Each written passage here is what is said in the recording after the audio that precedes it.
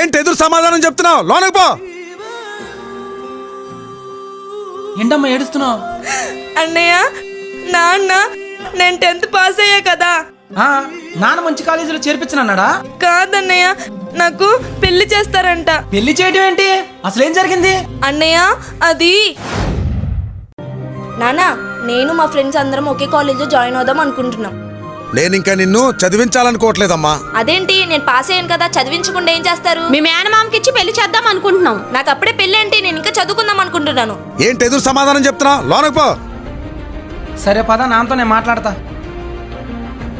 నానా ఏంటి ఏంటి చెల్లిని చదివించుకోకుండా పెళ్లి చేస్తా అన్నారంట? అవునరా, బయట పరిస్థితులు బాగాలేదని చెల్లికి పెళ్లి చేద్దాం అనుకుంటున్నాం. బయట పరిస్థితులు ఎలా ఉన్నా మన అమ్మాయి ఎలాంటిదో మనకు తెలీదా అమ్మా? నీకేం తెలుసురా?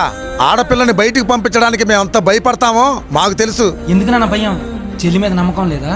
అరే ఏంటి నాన్నకి ఎదురు సమాధానం చెప్తున్నావు? అమ్మా, కొన్ని సంవత్సరాల క్రితం నేను చెల్లి చిన్న చిన్న పిల్లలు ఉన్నప్పుడు నాన్నకు బైక్ యాక్సిడెంట్ అయితే మనం రోడ్డు మీద ఎందుకు పడలేదమ్మా? ఎందుకంటే అప్పుడు మీ అమ్మ జాబ్ చేసి మనల్ని పోషించింది. అంటే అమ్మ చదువుకుంది కాబట్టే మనం రోడ్డును పడలేదు. కానీ మన చెల్లిని చదివినంటున్నారే, అదే సిచ్యువేషన్ నా చెల్లికి వస్తే తను రోడ్డును పడితే మీరు చూస్తూ ఉండగలరా నాన్న? అమ్మా, నీకు నచ్చిన కాలేజీలో నువ్వు ఎక్కడి వరకు చదువుకోవాలంటే అక్కడి వరకు చదువుకో అమ్మా. ఆడపిల్లంటే భారం కాదు, బాధ్యత. మీకు ఈ వీడియో నచ్చినట్లయితే లైక్ చేసి ఎలా ఉందో కామెంట్ చేయండి.